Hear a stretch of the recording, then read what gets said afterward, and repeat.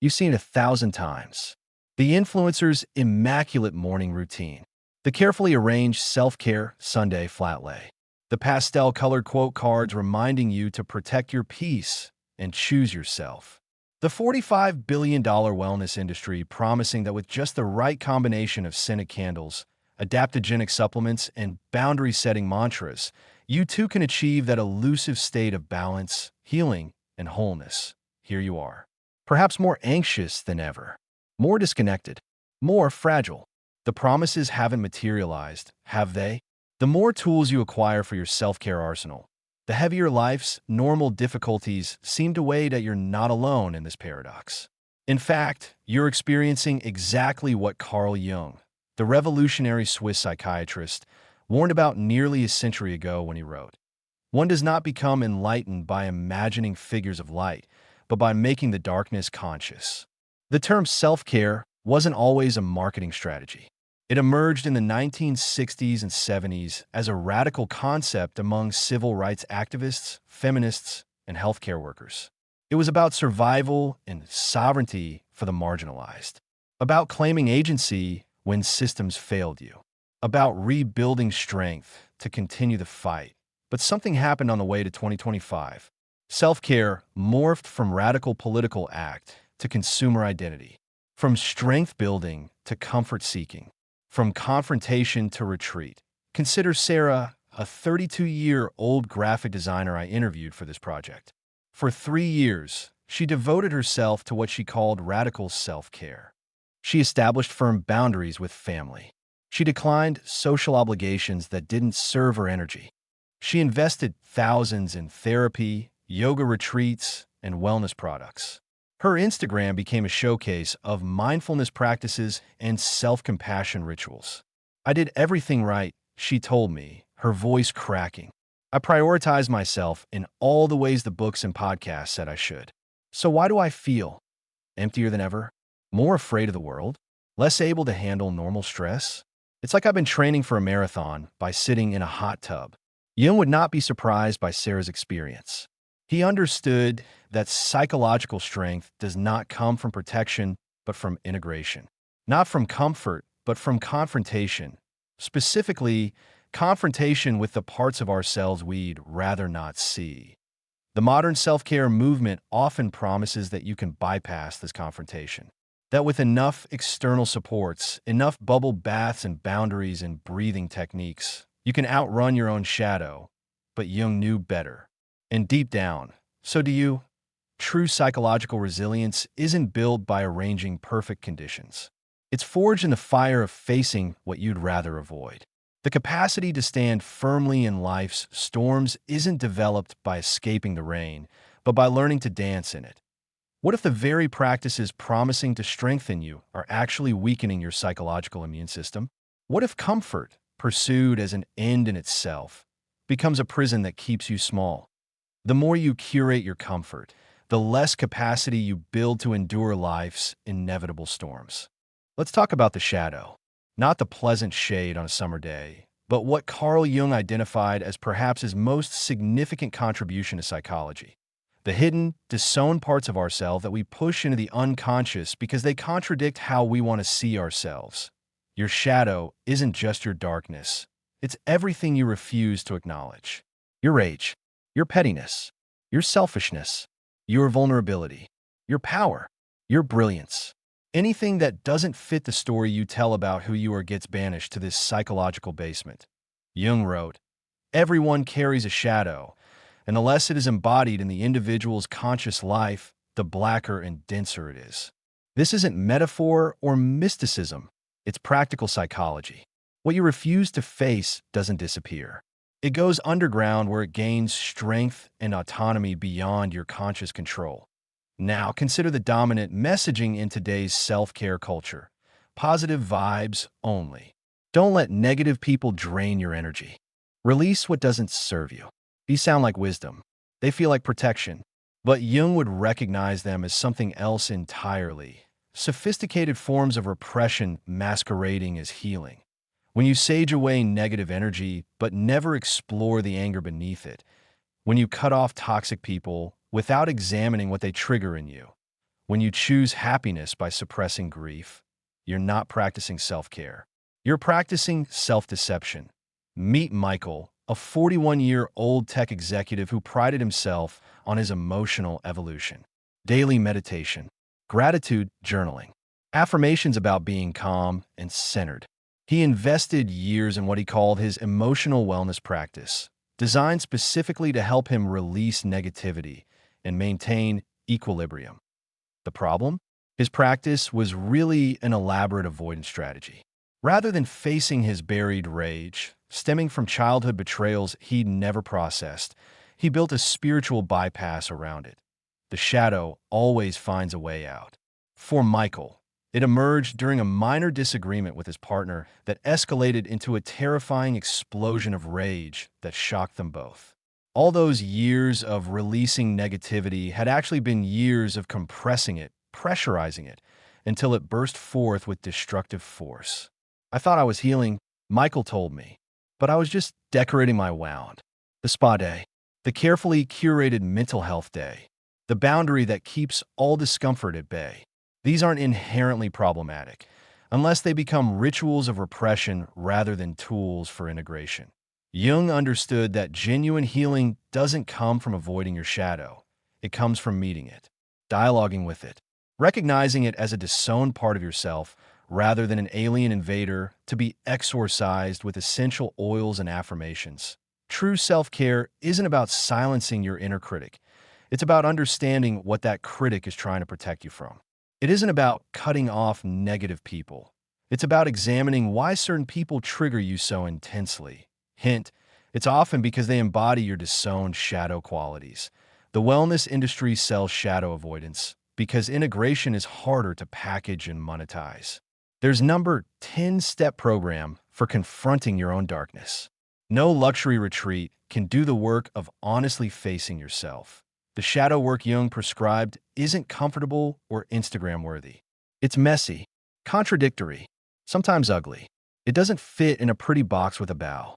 But it's the only path to genuine psychological strength and wholeness. What parts of yourself are you refusing to face while calling it self-care? What emotions have you labeled negative and therefore unworthy of your attention? What aspects of your personality have you disowned because they don't match your desired self-image? The shadow ignored doesn't disappear. It grows teeth and waits for your weakest moment. The privilege of a lifetime, wrote Carl Jung, is to become who you truly are. This process, what Jung called individuation, is the central journey of human psychological development. It's not self-improvement. It's not self-optimization. It's the gradual, sometimes painful integration of all parts of the psyche into a coherent, authentic whole. The conscious meeting the unconscious. The persona meeting the shadow. The reconciliation of opposites within yourself. But today, we've replaced individuation with what we might call Instagrammation, the careful curation of an aesthetic self designed for maximum engagement rather than maximum authenticity. You felt the pull of this yourself. The temptation to identify with personality types, star signs, or Enneagram numbers rather than embracing the messy contradictions of your actual psyche. The pressure to brand yourself with consistent filters, themes, and messaging. The subtle anxiety of maintaining what marketing experts literally call your personal brand. Jung would be fascinated and disturbed by how we've externalized identity formation. We don't look inward for self-knowledge. We look outward for self-categorization. Consider the explosion of personality assessments and identity markers. Are you an INFJ? A type 6 with a 5-wing? A Taurus sun with Virgo rising? These systems aren't inherently problematic as starting points for self-reflection, but they've become something else. Off-the-rack identities that provide the comfort of belonging without the challenge of becoming. Jung understood that true selfhood isn't found in categorization, but in differentiation. The courageous act of discovering what makes you uniquely yourself, not what makes you recognizably a type. Let me introduce you to Elena, a 28-year-old who built an online following around her. Authentic journey of self-discovery. Her feed was a masterclass in vulnerable yet curated content. Journaling sessions with perfect lighting, tear-streaked makeup that somehow enhanced her features, raw emotional captions that nonetheless fit her aesthetic. For 3 years, her followers watched her growth journey with admiration, until the facade cracked. A former friend leaked unfiltered footage of Elena during a crisis, showing how she had edited out her actual breakdowns, crafted artificial vulnerability, and manufactured authenticity. I became so obsessed with documenting my journey, Elena confessed after the controversy, that I stopped actually taking it. Every experience became content. Every emotion became a performance. I wasn't discovering myself. I was inventing a self that would be liked and followed. Elena's story is extreme, but the pattern is common. We've replaced Jung's inward journey with an outward performance. We prioritize how our self-care looks over how it functions. We choose practices based on their aesthetic appeal rather than their psychological effectiveness. The self-love mantra is plastered across social media. You are enough. Love yourself first. You deserve it all. Sound empowering. But Jung would recognize them as feeding the very narcissism that prevents genuine self-knowledge. They strengthen the persona, the social mask, rather than challenging it to integrate with deeper aspects of the psyche. True individuation isn't about feeling good about yourself. It's about seeing yourself truthfully, light and dark, conscious and unconscious, admirable and shameful. It's about holding the tension of opposites within yourself rather than identifying solely with your most flattering angles. Your vision will become clear, Jung wrote, only when you can look into your own heart.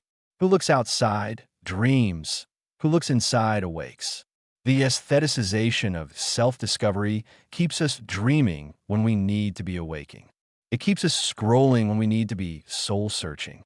It keeps us performing transformation rather than experiencing it. What would happen if you pursued individuation rather than Instagrammation? If you valued psychological integration over social validation? If you sought wholeness rather than likability? It would be harder, messier, less photogenic. You might have fewer followers, but a stronger relationship with yourself. You might be less immediately appealing, but more genuinely authentic. You might discover that your truest self doesn't fit neatly into any aesthetic, and that this is its power. The more you polish your persona, the further you drift from your soul. I'm setting boundaries. Few phrases in the modern self-care lexicon carry more unquestioned moral weight. To set boundaries is to practice self-respect, self-protection, emotional intelligence. It's the ultimate act of self-care wisdom, endorsed by therapists, life coaches, and wellness influencers alike. And to be clear, healthy boundaries are essential. They protect your time, energy, and well-being from genuine exploitation and abuse. But Jung would invite us to look deeper, to ask, when does a boundary become a barrier? When does necessary protection calcify into unnecessary isolation? When does setting boundaries become a sophisticated way of avoiding growth? Jung understood something crucial about human development. We grow through relationship, not isolation. He wrote, "The meeting of two personalities is like the contact of two chemical substances. If there is any reaction, both are transformed." This is the alchemy of human connection, the friction that polishes us, the resistance that strengthens us, the conflicts that mature us. When we indiscriminately wall ourselves off from this alchemical process in the name of boundaries, we may be protecting ourselves from the very transformations we need most. Consider David, a 36-year-old software engineer who discovered boundary setting during a difficult period in his life. His relationship with his critical father had always been painful. After reading about toxic relationships and emotional vampires, David made the decision to cut his father off completely. "I felt empowered at first," David told me. "I was finally choosing myself and protecting my energy. But something strange happened over the next few years. I became hypersensitive to any criticism from bosses, friends, partners. I would immediately label people toxic if they challenged me in any way. My boundaries kept expanding until I was essentially isolated, surrounded only by people who validated me completely. What David didn't realize was that by cutting off his father to avoid criticism, he had also cut off his opportunity to develop resilience to criticism. The very discomfort he was avoiding was precisely what would have strengthened him psychologically. Jung would recognize this pattern immediately. He believed that our most difficult relationships often serve as mirrors, reflecting back to us the very qualities in ourselves that we refuse to see, our shadow aspects. By severing these relationships, instead of exploring what they trigger in us, we miss crucial opportunities for self-knowledge and growth. Everything that irritates us about others, Jung wrote, can lead us to an understanding of ourselves. The modern boundary-setting dogma often skips this introspective step. It encourages us to identify what bothers us and eliminate it, rather than examining why it bothers us and what that reveals about our own psychology. This isn't to say you should maintain abusive relationships or subject yourself to genuine harm. But there's a crucial distinction between protecting yourself from actual danger and protecting yourself from necessary discomfort. Growth requires friction. Like muscles that need resistance to strengthen, our psychological capacities develop through challenge, not comfort. When we reflexively set boundaries against anyone who triggers difficult emotions in us, we may be inadvertently setting boundaries against our own development. The most insidious aspect of boundary fundamentalism is how virtuous it feels. We congratulate ourselves for prioritizing our well-being, while avoiding the very experiences that would truly strengthen us. We celebrate our emotional intelligence, while refusing emotional challenges. We call it self-care when it might actually be self-limitation. Again, healthy boundaries are essential. But Jung would invite us to examine our boundary setting with greater nuance and honesty. Are you setting boundaries from a place of strength, maintaining connection while preventing exploitation, or from a place of fear, avoiding the very tensions that would help you grow? Perhaps the wisest approach isn't rigid boundary setting, but what we might call boundary consciousness, a flexible, evolving awareness of when to protect and when to open, when to withdraw and when to engage, when to comfort yourself and when to challenge yourself. Boundaries meant to protect you from pain may also protect you from power. Joseph Campbell, deeply influenced by Jung, identified a universal pattern in world mythology that he called the hero's journey. This monomyth begins not with heroic action, but with a call to adventure, and immediately afterward, the refusal of that call. The reluctant hero initially rejects the journey, preferring the comfort of the known world to the dangers of transformation. Eventually, circumstances force them to accept the call, but this initial resistance is a crucial part of the story. Today, we live in a culture that has institutionalized this refusal. Our self-care practices often function not as preparation for the hero's journey, but as sophisticated justifications for avoiding it altogether. I am not what happened to me, Jung wrote. I am what I choose to become. But choosing requires courage, not candles. It requires facing uncertainty, not curating a perfect environment. It requires answering the call, not putting it on mute while you practice self-care. Consider the language we use to justify our modern refusal. I need to rest. I'm recharging my batteries. It's my me time. I'm setting boundaries. I don't have the bandwidth. I need to protect my energy. These aren't inherently problematic statements. Genuine rest and recovery are essential, but they become problematic when they transform from temporary respite into permanent residence. When self-care becomes not preparation for the journey, but substitute for it. Meet James, a 42-year-old writer who had dreamed of publishing a novel since childhood. For 15 years, he gathered ideas, took courses, and told friends about his literary ambitions. But he never completed a manuscript. I was always waiting until conditions were perfect, James explained. Until I had the right writing space, enough free time, proper inspiration, emotional clarity. I tell myself I was honoring my creative process by not forcing it, that I was practicing self-care by not pushing myself too hard. It wasn't until James entered Jungian analysis that he recognized the truth. His perfectionism wasn't self-care, but self-sabotage. His endless preparation wasn't honoring his creativity, but avoiding its expression. He wasn't waiting to feel ready. He was hiding from his own potential. My analyst asked me a question that changed everything. James recalled, "What if your fear isn't that you'll fail, but that you'll succeed? What if you're not protecting yourself from disappointment, but from your own power?" Jung understood that we often fear our potential more than our inadequacy. The refusal of the call isn't just fear of failure, it's fear of transformation, fear of becoming something beyond our current identity, fear of outgrowing relationships, beliefs, and self-concepts that provide comfort even as they constrain us. And our modern self-care culture provides the perfect alibi for this refusal. It allows us to feel virtuous about avoiding growth, to mistake comfort for courage, to confuse self-soothing with self-actualization, that we live in an unprecedented age of convenience and comfort. Algorithms predict and fulfill our desires before we fully articulate them. One-click shopping delivers dopamine hits to our doorstep. Entertainment streams endlessly, designed precisely to keep us engaged without challenging us too deeply.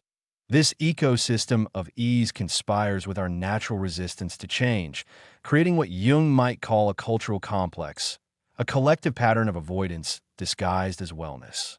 Until you make the unconscious conscious, Jung warned, it will direct your life and you will call it fate. The call to adventure, whether it's writing that book, having that difficult conversation, pursuing that passion, or facing that fear, doesn't disappear when refused. It goes underground. It festers. It emerges as depression, anxiety, midlife crisis, or that peculiar emptiness that haunts so many lives of material comfort. What call are you refusing in the name of self-care? What journey are you postponing while you prepare indefinitely? What growth are you avoiding while telling yourself you're just being kind to yourself? The hero's journey begins not when you feel ready, but when you acknowledge you may never feel ready and take the first step anyway. The self you're caring for is often the same self too afraid to answer destiny's knock. We've journeyed through the shadow side of self-care, how comfort becomes captivity, how shadow avoidance strengthens the very forces we fear, how aesthetic self-improvement substitutes for genuine individuation, how boundaries can become barriers to growth, how suffering serves as necessary initiation, and how our self-care practices often enable us to refuse the call to adventure. But criticism without direction leaves us stranded. So let us end by reimagining self-care through Jung's lens, not as avoidance disguised as wellness, but as conscious confrontation in service of wholeness. True self-care, in Jungian terms, might look less like escape and more like engagement, less like protection and more like exploration, less like comfort and more like courage. Jung developed specific practices for psychological integration that stand in stark contrast to much of what passes for self-care today. Rather than avoiding the unconscious, he created methods to engage it directly. Active imagination, a conscious dialogue with unconscious aspects of the psyche. Not meditation to silence the mind, but meditation to hear what it's trying to tell you. Dream analysis, not as fortune-telling or simplistic symbolism, but as messages from the unconscious requiring serious attention and interpretation. Shadow work, the deliberate confrontation with disowned aspects of yourself, not to eliminate them, but to integrate their energy and wisdom. Consider Michael, a 38-year-old marketing executive who replaced his weekend spa retreats with solo wilderness trips. Not comfortable glamping experiences, but challenging excursions that pushed his limits physically and psychologically. The first night alone in the wilderness was terrifying, Michael told me. All my anxieties, insecurities, and unresolved issues came rushing in with the darkness. There was no Wi-Fi to distract me, no comfort food to numb me, no social validation to reassure me. Just me and my psyche in raw conversation. I returned from that trip not relaxed, but realigned. Not rested, but renewed in a deeper way. I had faced fears I'd been running from for years. I had sat with discomfort instead of escaping it. And I discovered a strength in myself I never knew existed because I'd never given it a chance to emerge.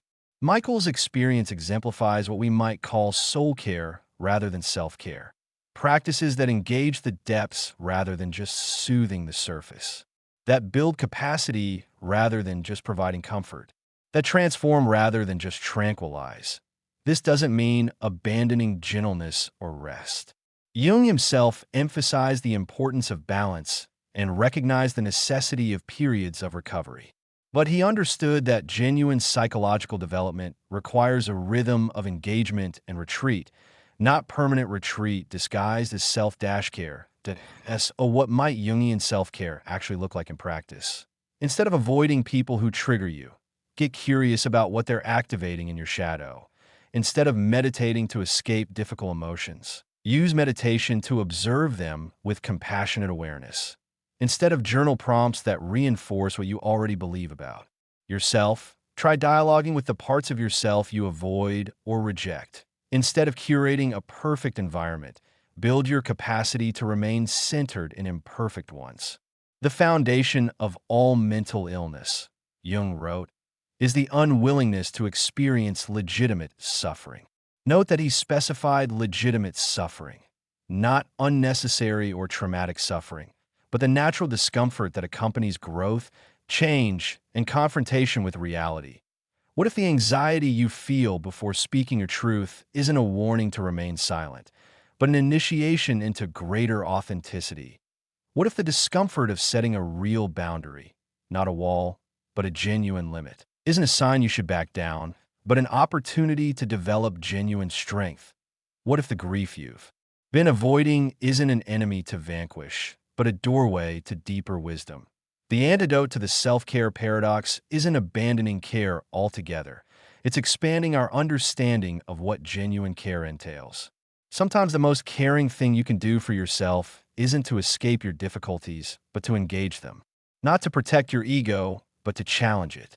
Not to maintain comfort, but to build capacity. Jung's life work was aimed at wholeness, not happiness, integration, not escape. He understood that psychological strength comes not from avoiding your depths, but from exploring them. Not from silencing your demons, but from learning their language. Not from perfect self-love, but from honest self-knowledge. Let me leave you with a challenge. Stop asking how to feel better. Start asking what your soul is trying to tell you through your pain. Stop collecting self-care tools to avoid your depths. Start developing the courage to descend into them. Stop waiting until you feel ready for your journey. Start recognizing that the journey itself will make you ready. The paradox at the heart of Jung's psychology is this. The path to genuine strength and wholeness often leads straight through what we most wish to avoid. The door to healing often bears the face of our greatest fear. The route to authentic selfhood often requires dying to our familiar but limited identity, or, as Jung himself put it, I am not what happened to me. I am what I choose to become. The question isn't whether you'll practice self-care. The question is whether your self-care will keep you comfortable but small, or challenge you to become whole. The path to true strength begins not with soothing yourself, but with surrendering to your depths.